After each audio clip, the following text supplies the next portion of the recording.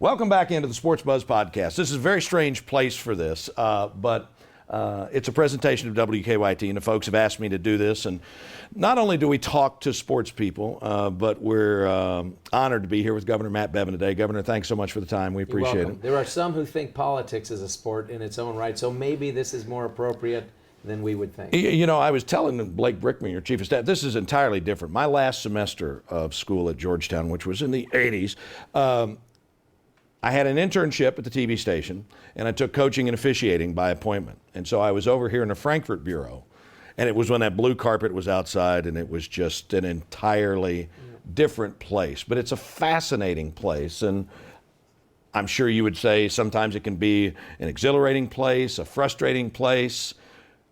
How has it been for you as opposed to what you thought it would be when you got here? I come from the private sector. I come from the sort of the free market, good ideas rise to the top and get done.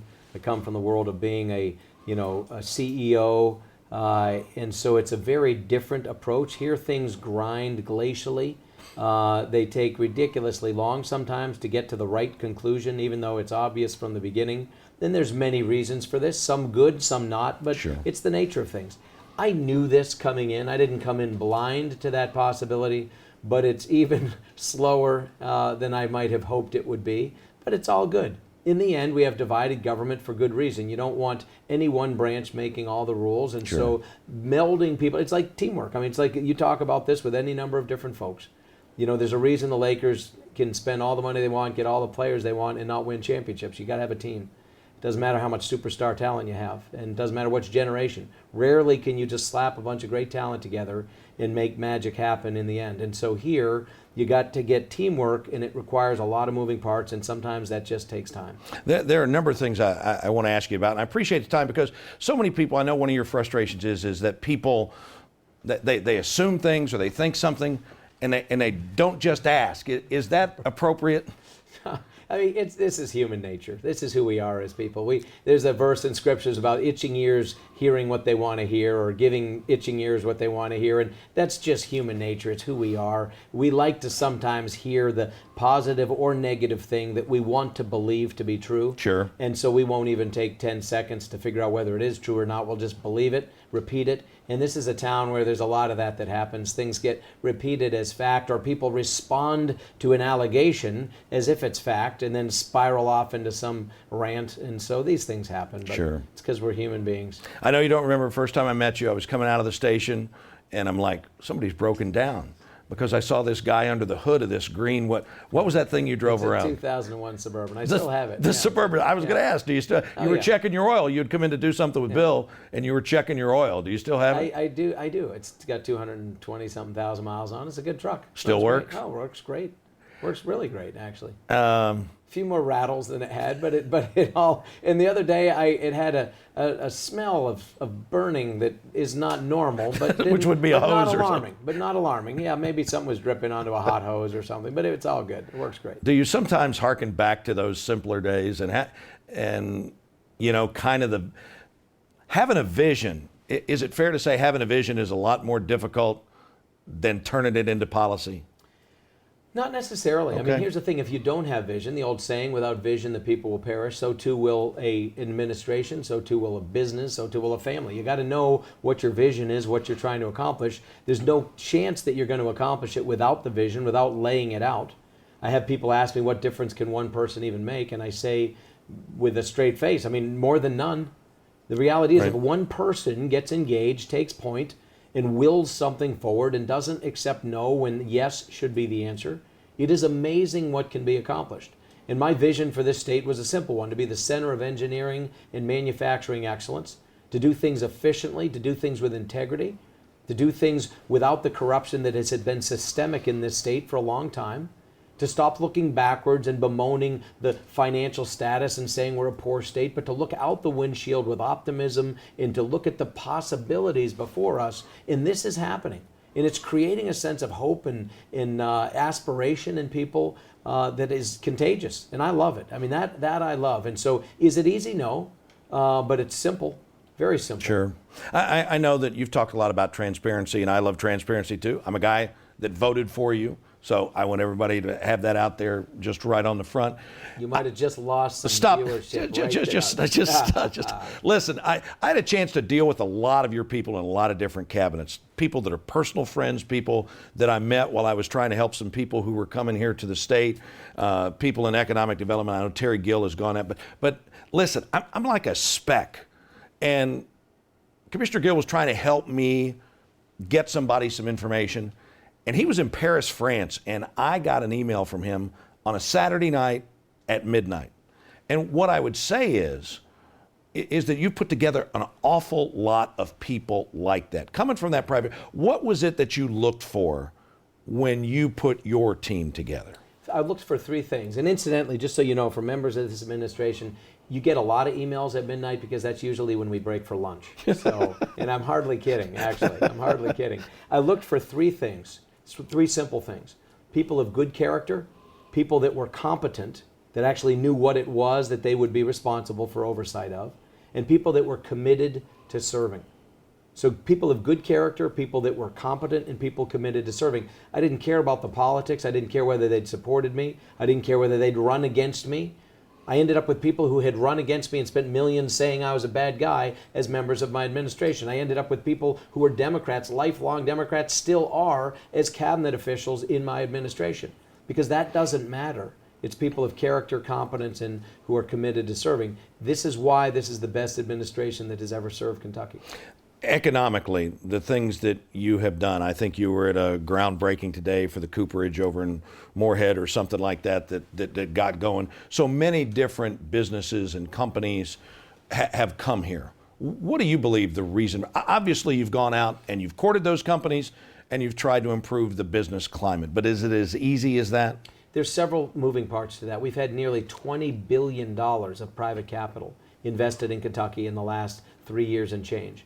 The best year we'd ever had in history was $5.1 billion. We've crushed that each of the last couple of years, are on track. I hope to do it again. We're absolutely shattering every record we've ever had. The way we're doing it is by taking the advice of Abraham Lincoln, a good native son, who said that good things may come to those who wait, but only the things left behind by those who hustle.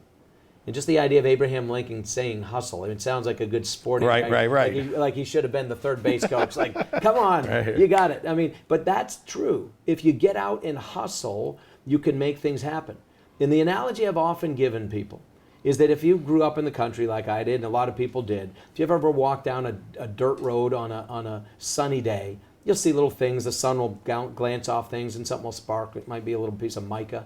But it's imagine walking down a dusty road and you see something really catch your eye, but you look over and it's just a bunch of dusty rocks. But you're sure you saw something sparkle, so you pick up this dusty rock and you kind of dust it off and you hold it up, and it's this stunning jewel. Just stunning. And you dust it off and you hold it up in the light, and the light is cascading off of it. That's Kentucky.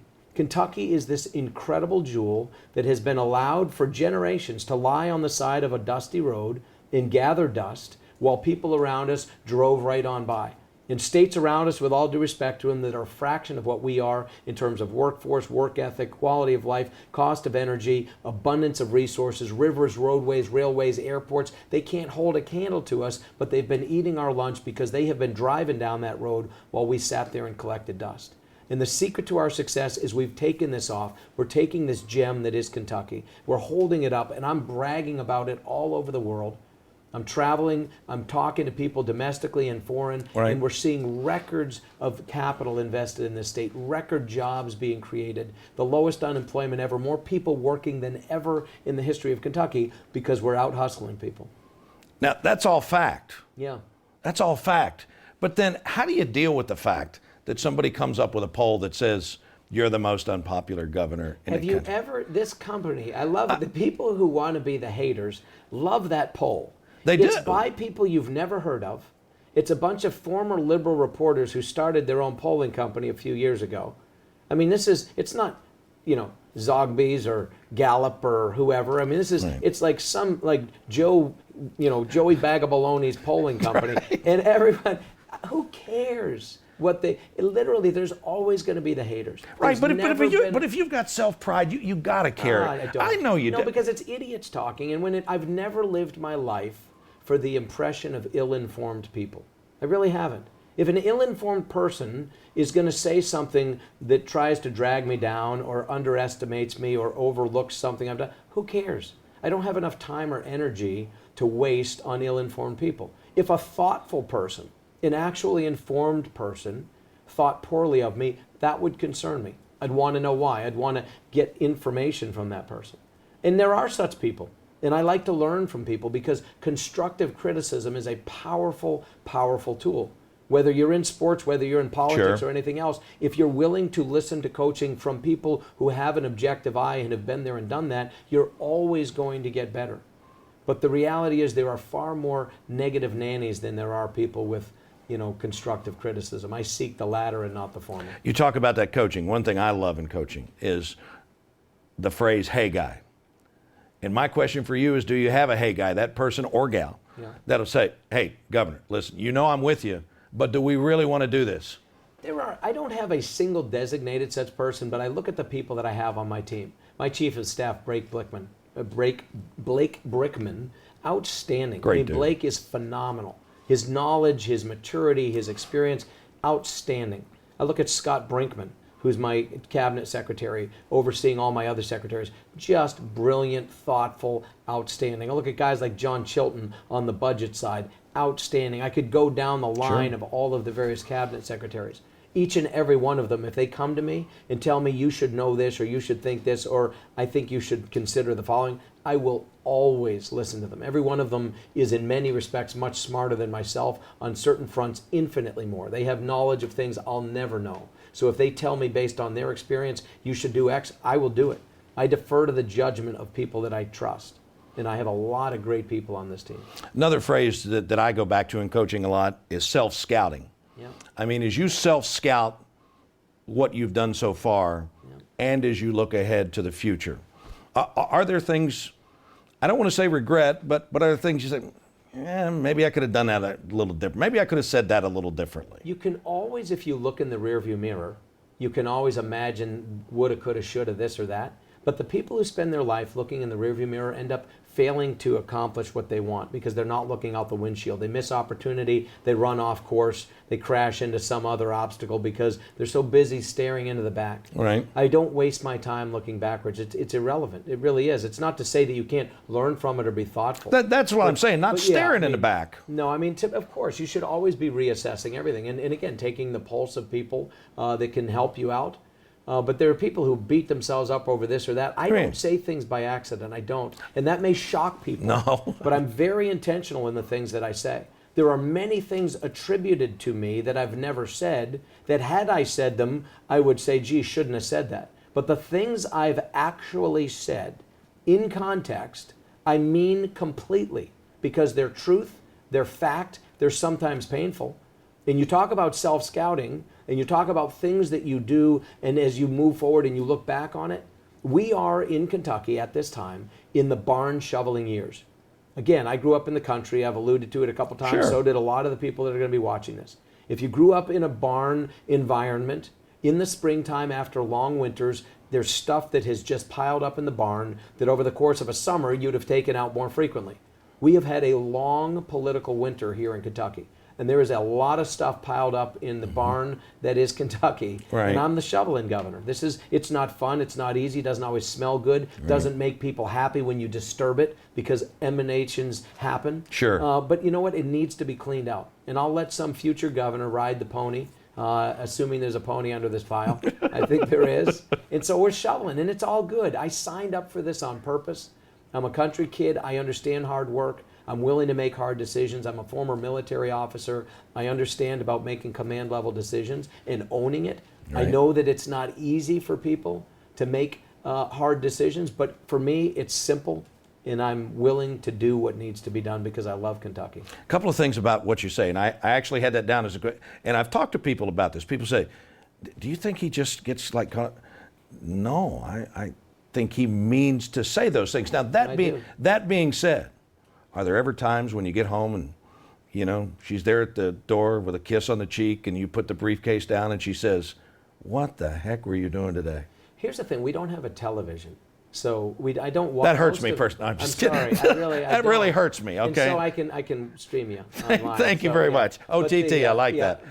But in all seriousness, I don't spend, nor does my family, we don't sit there and watch to see what other people say about something that was said.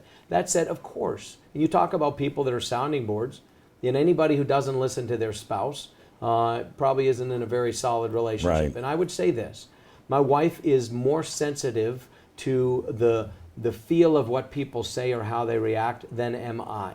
It's not to say I'm not a sensitive guy, Right. but she is wiser than me on that front. So of course, and she'll say, hey, listen, whether you said this or that or the other, this is what people are hearing, this is what they feel. And some of it is just based on misinformation, but nonetheless, Right. it's their reality. The only time I've ever apologized, and I have no problem apologizing, ever, for things. I apologize to people individually on a regular basis, even publicly for certain things. But Sure. the only time I've done it for something that I said wasn't for what I said, it's for the impact that it had on people. And I truly was sorry for the fact that people misunderstood and misinterpreted things to the degree that they genuinely were hurt by it. That is never my intent. I don't say things trying to hurt people, but I am very clear and unapologetic about speaking truth into situations Sure. that a lot of times people want to tiptoe around. Was that the deal when the pension thing happened? Is the time you're talking about apologizing? It could be any. It had to do with more. I don't even remember the exact instance, but there was one instance. It's been a couple of years, but there are any number of instances Sure. where people can take something out of context, and the media is fantastic at that in terms of the print media, where you'll talk to them for 5 minutes. They'll write an article and they'll quote you in a single word. They'll write a paragraph with a word you actually said in the middle of it that's not what you said. You really did say that word, but it's not in the context. So I don't worry about that. Here's the thing. I would not be governor if I spent my time trying to be politically operative in the ways in which I did things. Or correct in the trying. We've got to make hard decisions. We have the worst funded pension system in America. We have a major opioid crisis. We have way too many able-bodied working age men and women who do not go to work and are taking advantage of the men and women who do go to work. It's not unique to Kentucky, but we have more than our fair share of it. We have an antiquated tax structure. We've had antiquated labor laws. We have a pension system, as I said, that's severely underfunded. These things have got to be addressed. We've got an adoption and foster care system that is broken. All these things are unpleasant. They're not easy, but they're simple in terms of you wake up in the morning and you do the right thing, and we'll let history and we'll let the voters Sure. decide what they think about it. One more question about that communication, and this came up, and I took a look at it during the whole Mueller investigation thing, where a lot of people were very careful about saying, we're not questioning, FBI agents or thing like that. We're questioning leadership. Not looking back and staying there, but do you believe you might have already had a pension bill had your criticism gone toward the leadership of some of the organizations that were fighting you on pension? For instance, the teachers. I mean, the leadership of the teachers union, I personally felt, went about things the wrong way. Do you feel you would have been better served by pointing your frustration at them and not the teachers as whole? Never have ever. And again, you're in media. So you go out and find any evidence ever, and trust me, it's out there if I've ever said it, where I've ever criticized a teacher, either individually or teachers collectively, ever. Never happened. And again, your even assumption that has happened in the premise of your question is evidence of what I'm talking about. People just misunderstanding what's out there because things that are not true have been repeated as fact to the point that that is, perception becomes reality. Sure. But never, 100% of the time, it has been directed specifically to KEA leadership specifically. Occasionally JCTA, but it's KEA leadership. Sure. The question, though, at the underpinnings of your question is, would things have been accomplished? No. There's been resistance to this forever. What I know for a fact, if I had not brought this up, we still wouldn't be talking about it. And there are people that are working now, and some even already retired, for whom checks would stop coming. The KRS system, KERS, Right. has less than $3 billion in it. Last year it paid out $1 billion, took in $100 million. Do the math on that. You don't need to be a math major to realize if you have less than 3, you spend 1 every year and take in 0.1, you got 2 to 3 years before it's gone. We are that close to people not getting checks in this state. I'm the only governor that has ever funded this pension system, ever fully funded it. including the teacher's pension plan. I'm the only one that's never swept the lottery funds, which were supposed to go to education, and they never have 100% until this administration. There's more money being put into the classrooms per pupil than ever in the history of Kentucky. And the narrative, too, that somehow I'm against teachers, in my immediate family, grandparents, parents, Right. siblings, there's 6 public education degrees. My grandmother, my father, 2 of my siblings have degrees in public education, have been public school teachers. My sister's still a 4th grade school teacher. I mean, this is the reason I fight for this is because of people like my grandmother, who retired after 40 years as a teacher. Awesome. She'd been a single mom. She lived to be 94. She was widowed when my mom was a kid and raised 2 little girls, and the only thing she had as the son, as in her case, the daughter of immigrants. Her parents came here not speaking any English. She was the first person in her family ever to get an education, got an undergraduate master's degree in public education, spent decades of her life teaching kids math in high school. And the only thing she had between the time she retired and the time she passed away at 94 was her teacher's pension check. Had that failed, she would have been destitute. And it is for people like her that I'm fighting. And all of the naysayers in the leadership who, trust me, the KEA leadership is trying to protect control of union dues. They're not looking out for their members. They've lied to their members. They've given millions to support Steve Beshear and help him get reelected when he was robbing them blind. Robbing them blind. Taking billions out of their pension check while telling them sweet nothings. And they've lied to their membership because it gives them power, it gives them control. They're not looking out for the teachers. They're not looking out for the students. And while it's painful for some to hear that, and while they immediately conflate or try to redirect my comments that have been specifically to them as saying they're about others, and some even trying to say it's about all public workers, nonsense. And I would ask you or any of your viewers to ever find any evidence of me ever saying anything specific about anyone who works for the state of Kentucky. In any capacity, you won't find it. Let me ask you this. You said you were close. You've been doing some, I don't want to use the Calipari phrase, but tweaking, that you've done some adjustment on the bill and you're close? I mean, it's ready. Trust me, the thing is completely ready. It's still not even what it needs to be. We have kicked the can down the road and kicked down the round. What I mean by not being what it needs to be is an immediate hard freeze of every single pension plan in the state. If we don't do that, they're going to fail. But this is a step in that direction. It's to start to give these quasi-governmental organizations some relief. And so we have to balance the human impact of those who are expecting to retire with something that was promised to them, whether it's legally owed to them or not. We have a moral and a legal, in some instances, obligation to people. And so we need to fulfill that. So you have to balance what people expect with what is actually financially possible. This bill does have some recent tweaks that it's just accommodating ideas that the House and Senate had. Sure. Some people wanted to make it tougher, which I'm happy with. Some wanted to soften it up, so we've done a little bit of both. It's massaging it around the edges. We're actually about to put that back out again tonight, sending it in a letter to every single member of the legislature. So it's a good bill. I mean, and no decision has to be made by any of these quasi-governmental organizations until April of next year, which is after the whole next session. But so, you just need to get something in place by July 1, right? I don't need to, but for the sake of the quasi-governmental organizations, they sure need to. It doesn't affect me, but as the governor of the state, I sure care about it. Sure. Because what I know for a fact is there are going to be hundreds of people who will lose their job if we don't get this right. Because there's an actual cost to paying the pension obligation. And on July 1, the true cost is going to be delivered.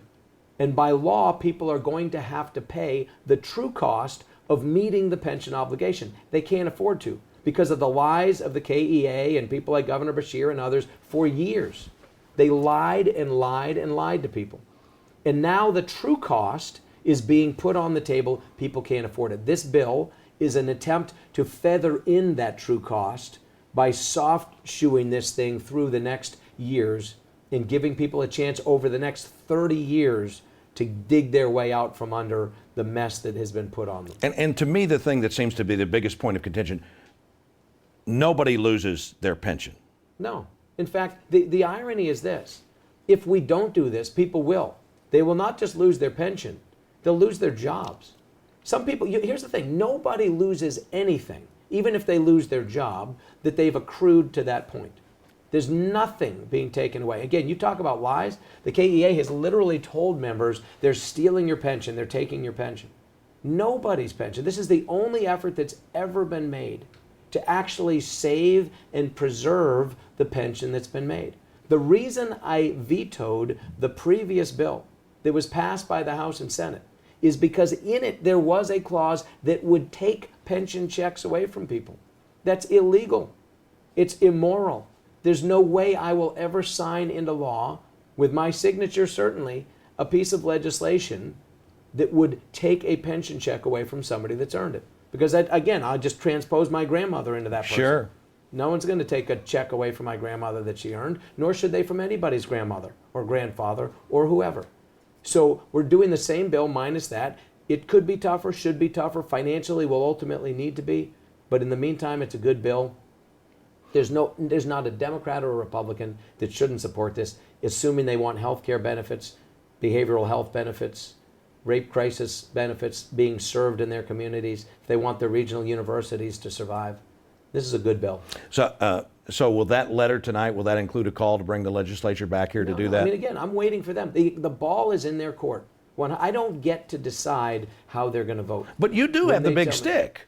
I don't even get one vote. There's 138 votes, and I'm not one of them.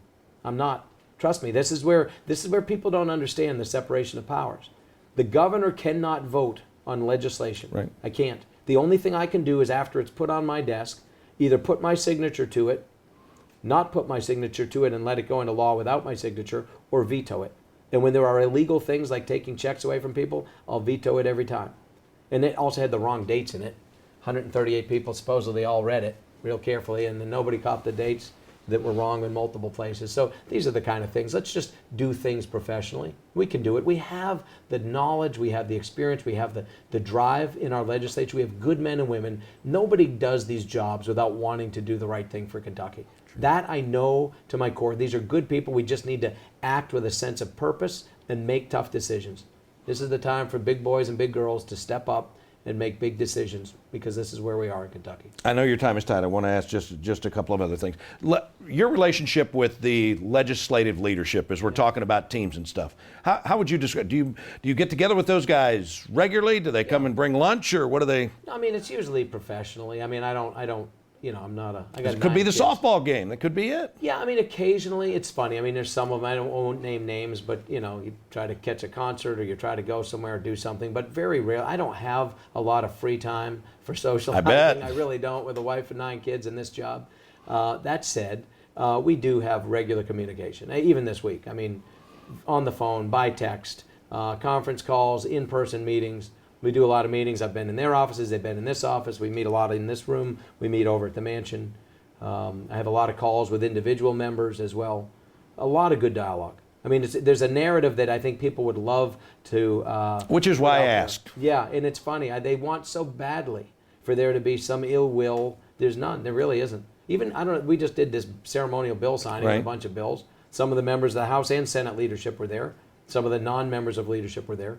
Very, very good relationships. There's very few people with whom I don't even have a real relationship. There's a couple people I really just don't have any relationship with, but none of them in leadership.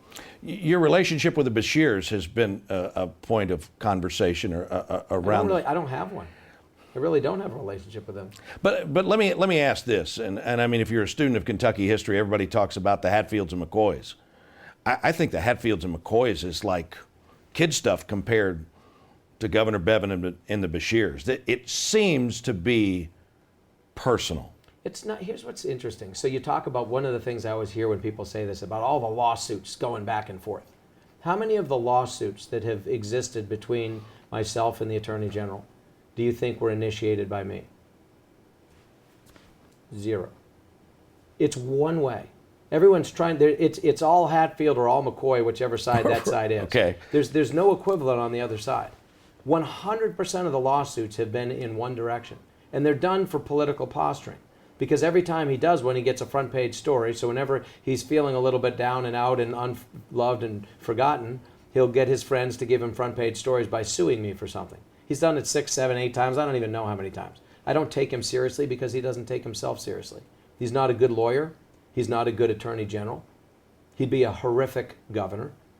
The fact that he chose as his number 2 guy, the guy that if he gets hit by a bus would take over all law enforcement for the state, and it was a choice he made shortly after he was elected, was a guy that had run all personnel decision-making for his father for 6 years, and that guy's now in federal prison for the next 7 years. Speaks volumes about the beef that I have, which is it's not personal.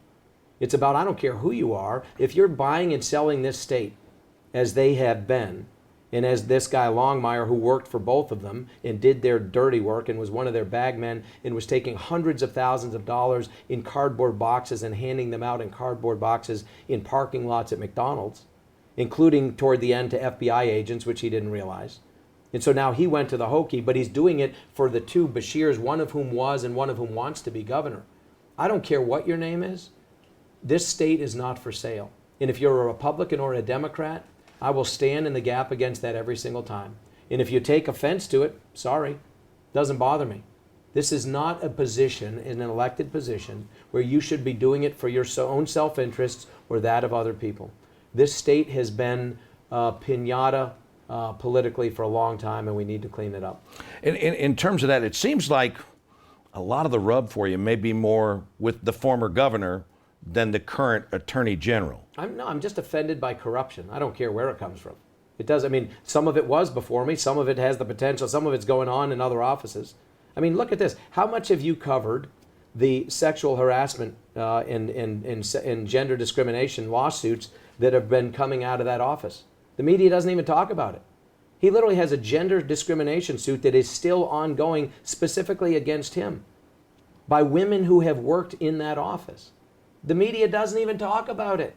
Gets a completely free pass. I'm offended by that.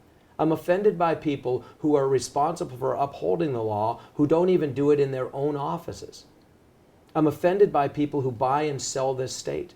I'm offended by people who are corrupt. And if the Bashirs, if the shoe fits, so be it. Governor, in terms of that, you've gotten us into the campaign just a little bit. And in terms of that, everybody talked about the margin. Well, your margin this time was greater than it was last time, right, exactly. in a primary. Do you feel like, though, there is some shoring up you need to do with the base or not? I'm just curious. What is the base? I mean, again, no, I understand. 4 years ago, I won by less than 4/10,000ths of 1%. Yes. And then I won by 9% in the end. This year, I won by 13.5% or whatever it was. So I've got a big head start on whatever the base is compared to the last time.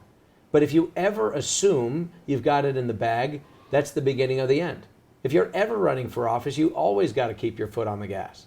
So you never assume that just because someone was for you, that they'll be for you again. These same counties that I lost in this primary, I lost in the last primary.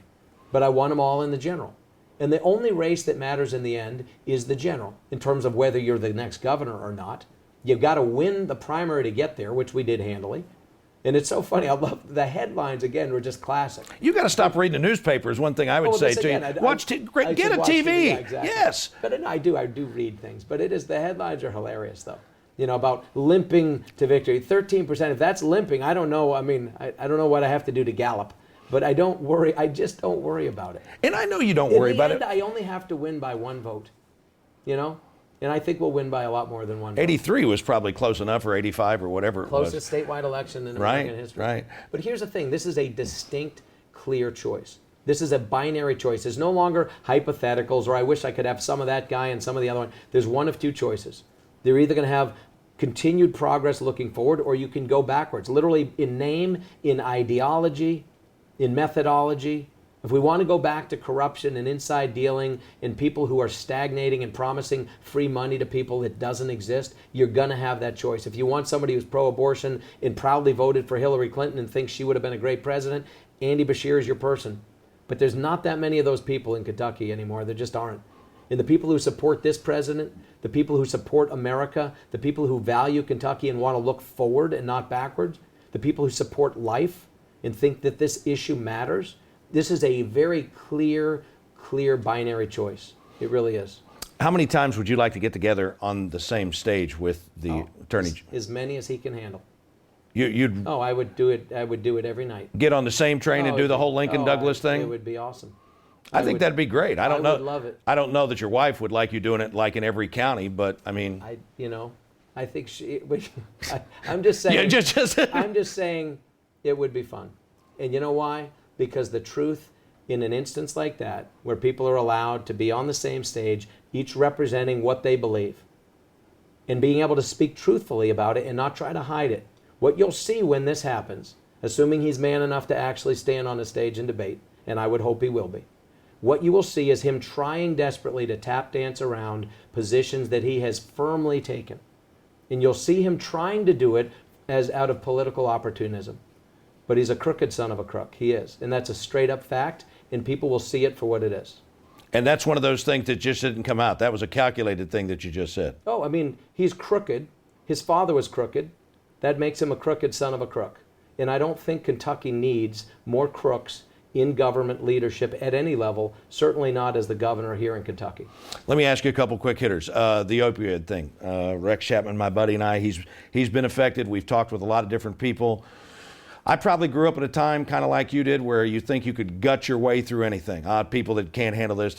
I mean, this is a real hard problem. How are we attacking it here in this state? And tell me again, the problem being what exactly? The problem with so many people, this overabundance of opioids and people that need help trying to get off of it and rebuilding their lives. It's awful. Again, depending on how you look at it, you can look at just the drug problem itself or what is causing it. If you're constantly only addressing if you're only looking at Band-Aids and not saying what caused the wound, then you're not going to address the problem. Several things we've done. Number one, we've spent more money addressing this than ever. I've put millions and millions, tens of millions of dollars into budgets to come up with programs that are fact-based, that are research-based, that are evidence-based, so that we're not just throwing money down bad ideas, but saying what programs work. Some are controversial. Needle exchanges, for example, we've let local control decide that. Some counties are for it, some are not. But the evidence has shown that where it exists, you have seen less spread of disease, and indeed, ultimately, with people coming in, a chance to intercede and people being able to get into diversion, into treatment. It's controversial. I, like any number of people, are offended at the idea, why are we spending taxpayer money for this or that? But the point is, if we want to fix the problem, we're going to pay now or we're going to pay later. We just won the largest grant in the history of Kentucky. From the University of Kentucky's standpoint as well, they're going to be administering now a $90 million grant from NIH. It's focused on 17 counties, 17 locales specifically, where we're looking at these communities where overdose rates are the highest, and we're saying over the next 3 years we want to reduce those rates by 40%. Every state in America competed for this that wanted to, and there were 4 states that were chosen. We got the largest grant of any, and every other state is bigger than us. Massachusetts, Ohio, New York, those were the only other 3 states in America chosen. And Kentucky was chosen because we are leading on this charge. The find help now. I mean, these kind of things, don't let them die. These kind of things, these campaigns, these PSAs, these 1-800 numbers now staffed by live people who can actually answer and tell somebody where there is a bed, not where, hey, gee, sorry, there's none in your community, but 50 miles from here, there's a bed, they'll take you tonight. The Angel Initiative, where every single Kentucky State Police post in Kentucky now, if you come in, you could be on drugs, you could have drug paraphernalia on you, but if somebody brings you in or you bring yourself in that state and say, I need help, I want help, you will not be arrested, you will not be charged for criminal activity associated with that drug use, you will be put into a program that can get you help. This is how we're going to do it. One step at a time, one person at a time, bringing naloxone, I should say, which is Narcan, into these communities so that people have an ability to bring people back. Making sure that our first responders are trained in this. Making sure that we're spending money for our first responders who are now susceptible to things like hepatitis A and things that come from this, by making sure that we are covering them for the vaccinations that they need. Spending significant money to make sure every first responder is vaccinated in this way.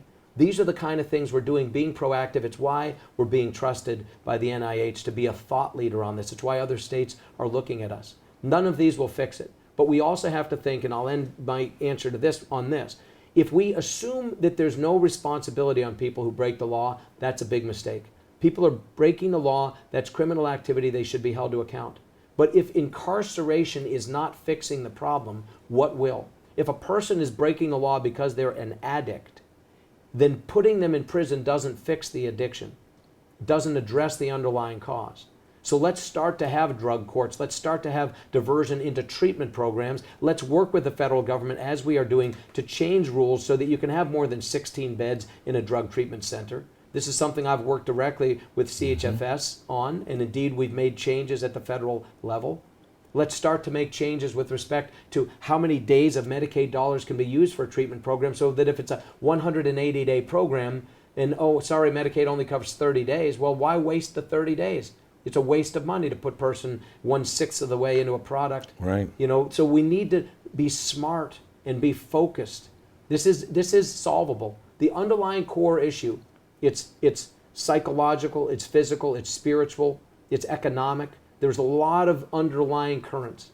But people who do not have a job, people who do not have economic upside potential, people who do not have hope, ultimately are robbed of their humanity. And people that are robbed of their humanity make inhumane decisions. Right. And they make bad decisions about themselves personally. They make bad decisions about their family and their communities. And that's this deathward downward spiral. And this downward spiral is what we need to negate. It's what we're working on here in Kentucky.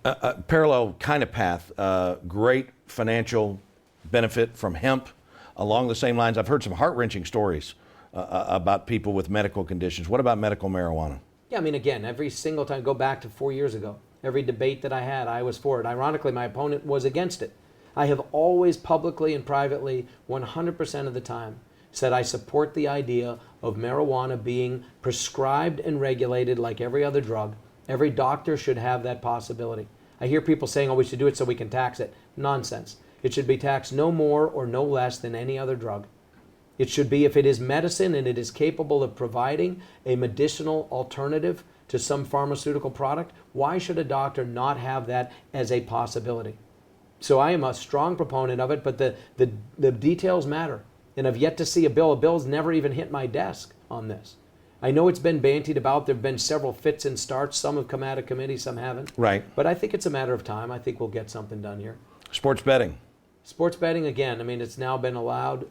I was actually party to a suit that, because this is a 10th Amendment right. This is a states' rights issue. But this is, all that glitters is not gold. It's not. And if you look at states, so what will happen, again, it's going to depend on what the legislature says. It's now legal, but you have NCAA teams that are saying, really, we don't want to get sucked into the middle of that. Right. We've got these massive powerhouses of UK and U of L and all these great teams that they don't want to be in the middle of it. We already have sports betting as it relates to horses. So it would afford us the ability to do some things as a state and arguably make some money. But here's what's interesting. The state of Nevada that's been doing this for years, right, where there's billions of dollars worth of handle that moves back and forth, bets that are placed, where they have 150 physical locations where you can go in and place a bet, where they have a network that oversees that and regulates that and monitors that. Guess how much they brought in last year in terms of revenues from sports betting, which they've been doing for years? Somewhere between $15 and $20 million, about $17 million. We don't even have any of the infrastructure. We have many people in opposition. We wouldn't even be a fraction of that. So for a few $1 million, is the juice worth the squeeze? That's the question I would ask. Our legislators will ask that.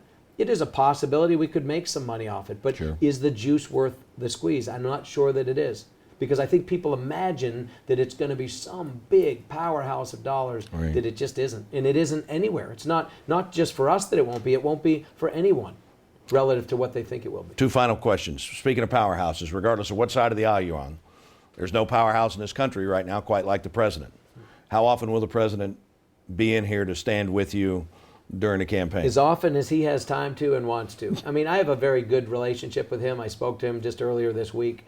How did that come about? Did he ask you to be involved in some things, common interests? No, we met and we have similar backgrounds in some respects.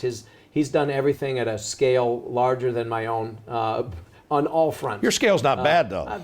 He's done things on a larger scale.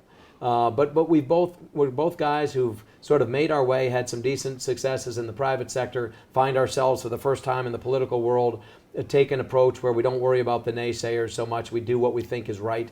And I think we're kindred spirits in many respects. We have a different methodology with respect to some of our communication. Some would say that it's somewhat the same. You do have a lot of similarities, though. But again, it's called being honest and shooting straight with people and let the chips fall where they may. And so we're good friends. And when I call him, he will either take the call or he'll call me back pretty quickly. And I'm grateful for that. He doesn't need to. He doesn't owe me that. And I'm grateful for that. I probably have more communication with him than perhaps any governor does. He calls me regularly as well for various things. So he'll come here. He's made clear he'll come. How much, we'll see. I don't want to take undue advantage of that. There's other things he needs to work on and focus on, and him traipsing around Kentucky is great for Kentucky. But the thing that people watching this should feel good about, and the thing they should think about with respect to whoever the next governor is, do you want a governor who talks to the president, who is respected by the president and respects the president, or somebody who never gets the time of day? It doesn't matter what side of the political aisle you're on. You could be a Republican or a Democrat. You will want your governor to be friends with the president, friends with the vice president, friends with cabinet secretaries. Look how many cabinet secretaries have been here. HUD secretary, education secretary, labor secretary, energy secretary, vice president, president. They've all been here, in many cases, multiple times. I mean, this has never happened in Kentucky. I go to the White House on a regular basis, specifically for things to the benefit of Kentucky and our companies here.